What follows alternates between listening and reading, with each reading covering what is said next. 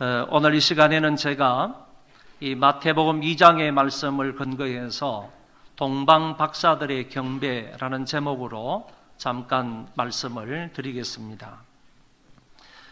여러분, 동방 박사들은 어떤 사람이라고 생각을 합니까? 성경에 보면 이런 말씀이 나옵니다. 헤롯 왕 때에 예수께서 유대 베들레헴에서 나심에 동방으로부터 박사들이 예루살렘에 이르러 말하되라고 했습니다. 이 말씀을 근거해 볼 때 우리가 알 수 있는 사실은 메시아는 유대 땅 베들레헴에서 탄생하신다라는 것을 알게 되고, 뿐만 아니라 그때의 유대는 헤롯의 통치 아래에 있었다 하는 사실도 알게 됩니다. 아울러서 동방 박사들이 그때 방문해서 아기 예수께 경배를 드렸다 하는 것을 알 수 있습니다. 그럼 여기에서 말하는 동방은 어디냐 하면은 바벨론일 것이다, 이렇게 추측을 하고요. 그리고 이 박사들은 어떤 사람이냐라고 말할 때 마술사, 아니면 점성가, 아니면 지혜자, 천문학자, 또 어떤 사람은 소수민족의 왕들일 것이다, 이렇게까지 추측을 합니다. 한 가지 분명한 것은 이 사람들에게는 상당한 부와 권세가 있었던 사람이다 하는 것을 우리가 알게 됩니다. 예수님께서 탄생을 하셨을 때 바벨론 나라의 이 박사들로 인하여서 경배를 받고 박사들로부터 예물을 받게 된다는 말씀입니다. 그런데 이들이 그 땅에서 이상한 징조의 한 별을 보게 되었습니다. 그것은 유대인의 왕으로 태어나신 징조로 알았던 것입니다. 자기들이 살고 있는 바벨론 땅에서 이상한 별 하나가 나타났을 때, 저 별을 보니까 유대인의 왕이 태어나셨구나 라는 사실을 박사들이 알게 되었다, 그런 얘기입니다. 그래서 그들은 먼 길을 그때부터 여행하게 됩니다. 사람들의 말을 빌리면 적어도 4개월 내지 6개월 정도가 소요되는 그런 먼 거리였습니다.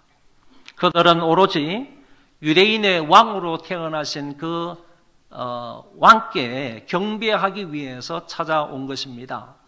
자기들의 공부를 위해서 찾아온 것도 아니고 사적으로 여행을 하기 위해서 찾아온 것도 아니라 오로지 유대인의 왕으로 태어나신 그분께 경배하기 위해서 4개월 내지 6개월 기간 먼 거리를 마다하지 않고 그들은 찾아오게 되었다, 그런 얘기입니다.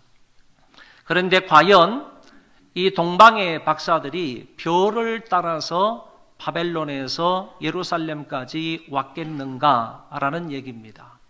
많은 사람들, 그리고 오늘 성경에 분명히 말씀하시기를 그것은 아니다라고 말해주고 있습니다. 다시 말하면 동방 박사들은 바벨론에서부터 별 따라서 예루살렘까지 오지 않았다 하는 사실을 알게 되는 것입니다.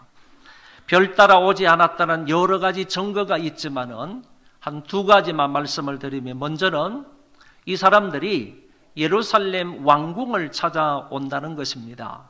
만약에 별 따라 왔다 그러면 그 바벨론 지역에서 이 사람들이 쭉 왔다가 베들레헴까지 가면 되었었는데 별 따라 오지 않았기 때문에 이스라엘의 왕, 유대인의 왕이 어디에 태어났는지를 알지 못하기 때문에 이들은 왕궁에 가서 유대인의 왕으로 태어나신 이를 찾게 되었다, 그런 얘기입니다.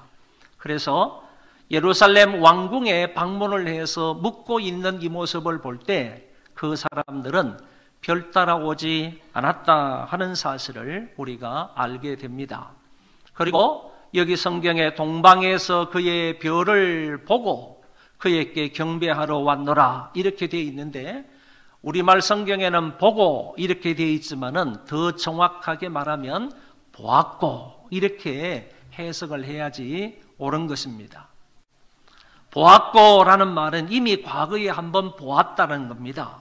지금 계속해서 보고 있는 것이 아니라는 말이고, 과거에 한번 보았고 그 별은 사라졌다. 사라졌다. 이렇게 표현을 할 수가 있겠습니다. 뿐만 아니라 이 사람들이 별 따라오지 않았다는 증거가 또 있는데, 예루살렘 궁에 나올 때 동방에서 보았던 그 별이 문득 나타나 앞서 인도하여 갔을 때 그들이 그 별을 보고 기뻐하고 기뻐하는 모습을 보게 됩니다. 만약에 별 따라 쭉 왔다 그러면 그 별이 다시 나타났을 때 이 사람들이 그렇게 기뻐하고 기뻐할 이유가 없다는 것입니다.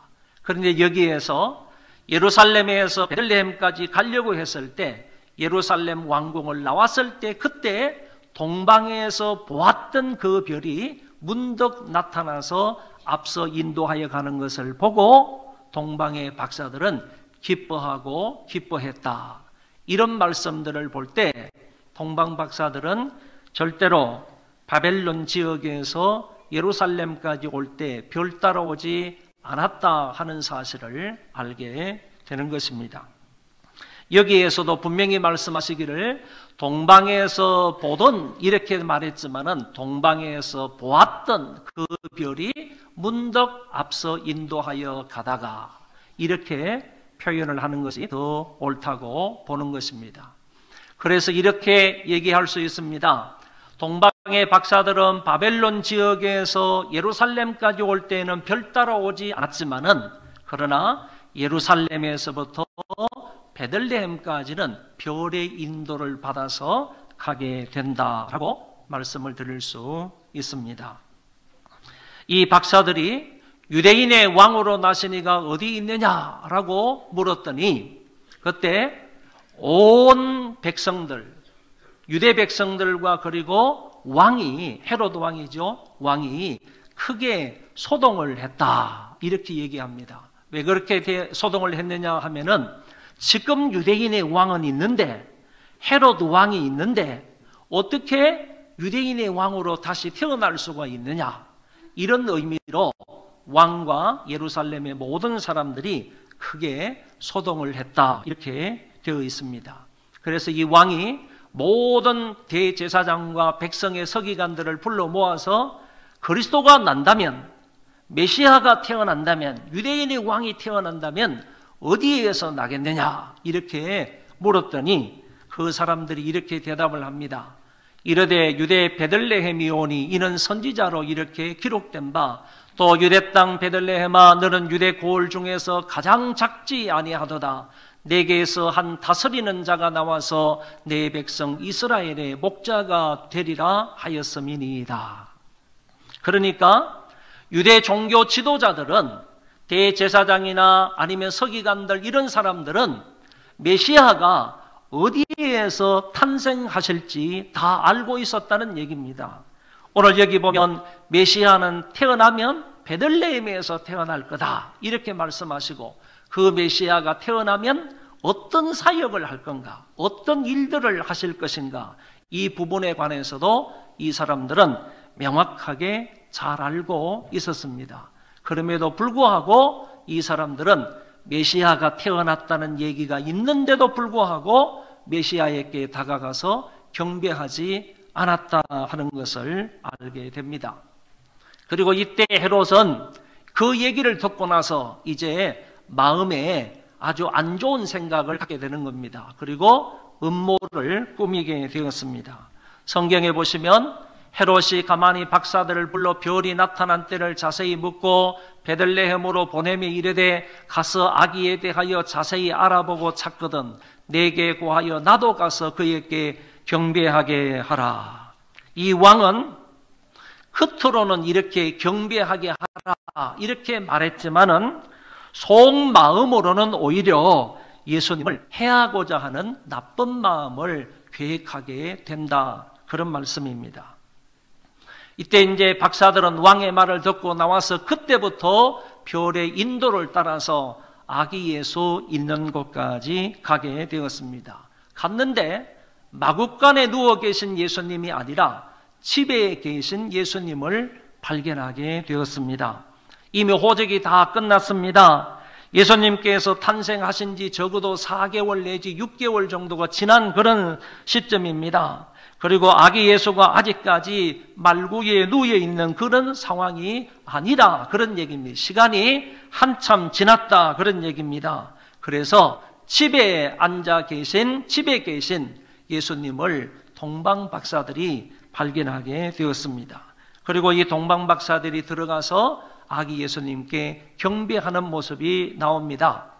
엎드려 아기께 경배하고 그랬는데 이 말씀을 가만히 보면 이 동방박사들이 무릎을 꿇는 대상이 누구인지를 분명하게 말씀하고 있고, 더 나아가서 이 동방박사들이 먼 거리를 찾아와서 경배하는 대상이 누구인가, 예배를 드리는 대상이 누구인가 하는 것을 명확하게 말씀하고 있는 구절이 바로 이 구절입니다.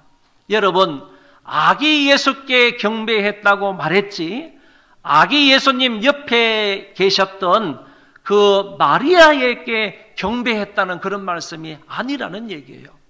이 동방박사들은 마리아에게 엎드려서 경배를 드리거나 예배를 드린 것이 아니고 아기 예수님에게 꿇어 엎드려서 경배를 했다, 이렇게 말씀하고 있고, 더 나아가서 말씀해 보면 이 박사들이 그 아기에게 황금과 유향과 모략이라는 예물을 드렸다, 이렇게 밝혀주고 있습니다.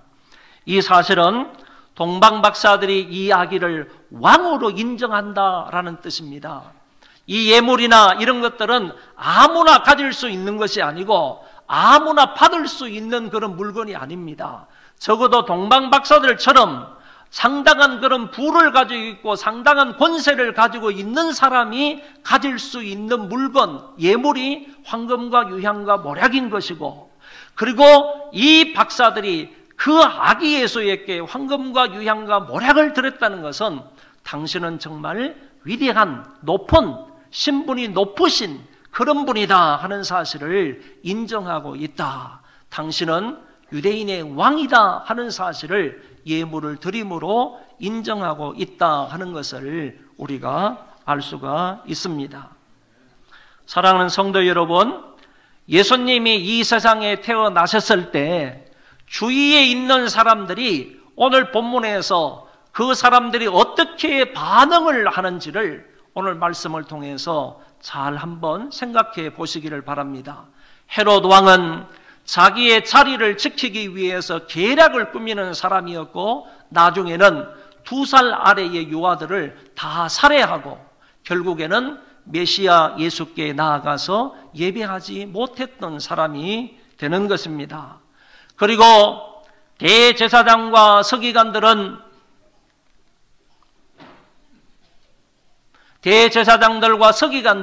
메시아가 어디에서 태어날 것이며 그가 오셔서 무엇을 하실지 알았지만 그에게 찾아가서 꿇어 엎드려 경배하지는 않았습니다. 이 대제사장과 서기관들은 유대의 종교 지도자들입니다. 예수님이 어디에서 태어나실지, 메시아가 어디에서 태어날지 잘 알고 있었습니다. 그분이 태어나셔서 어떤 일을 하실지 잘 알고 있었습니다. 그럼에도 불구하고 실제적으로 예수 메시아가 태어나셨음에도 불구하고 그들은 메시아에게 다가가서 예배하지를 못했다, 그런 말씀입니다. 그리고 예루살렘의 시민들은 자기들의 안위만 생각하여 또 다른 왕이 태어나서 더 학정을 하지는 않을까 염려하고 소란만 피웠을 뿐 메시아를 결코 찾지 않았다는 얘기입니다. 더 나아가서 베들레헴의 사람들은 자기 땅에 기다리던 그 메시아가 태어났음에도 불구하고 그 사실을 전혀 몰랐고, 그리고 나아가서 예배하지도 못했습니다. 그런 반면에 동방박사들은 멀고 험한 그 거리를 마다하지 않고 찾아와서 예수님에게 예배를 드렸습니다. 그리고 예수님께 꿇어 엎드려 경배를 했을 뿐만 아니라 가장 귀한 예물을 드립니다. 이는 예수님을 왕으로 인정하는 행위라고 볼 수가 있습니다. 오늘 사랑하는 우리 소망교회 모든 성도 여러분, 박사들의 아름다운 경배를 본받아서 우리는 일평생 동안 예수님을 이렇게 예배하는 자들이 다 되시기를 바랍니다.